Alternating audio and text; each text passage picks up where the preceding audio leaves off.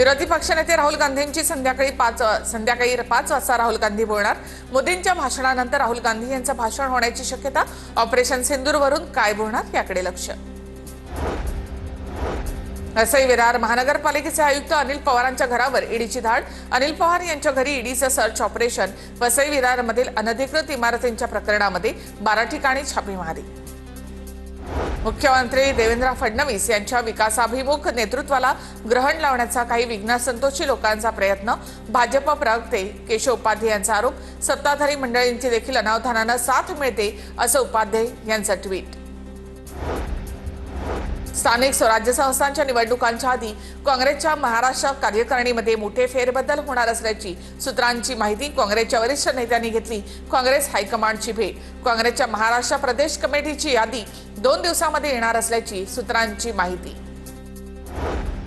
राज आणि उद्धव या ठाकरे बंधूंच्या भेटीचा पुढचा मुहूर्त गणेशोत्सवाचा असल्याची सूत्रांची माहिती। गणेशोत्सवामध्ये उद्धव ठाकरे राज ठाकरे यांच्या घरी जाणार अशी सूत्रांची माहिती। 27 किंवा 28 ऑगस्टला उद्धव ठाकरे राज ठाकरे यांच्या घरी जाण्याची शक्यता। सिंधुदुर्गामधील महायुतीमधील नेत्यांपासून सुरू झालेला बेबनाव कार्यकर्त्यांपर्यंत पोहोचला। शिवसेना आणि भाजपच्या कार्यकर्त्यांकडून एकमेकांना आव्हानाची भाषा।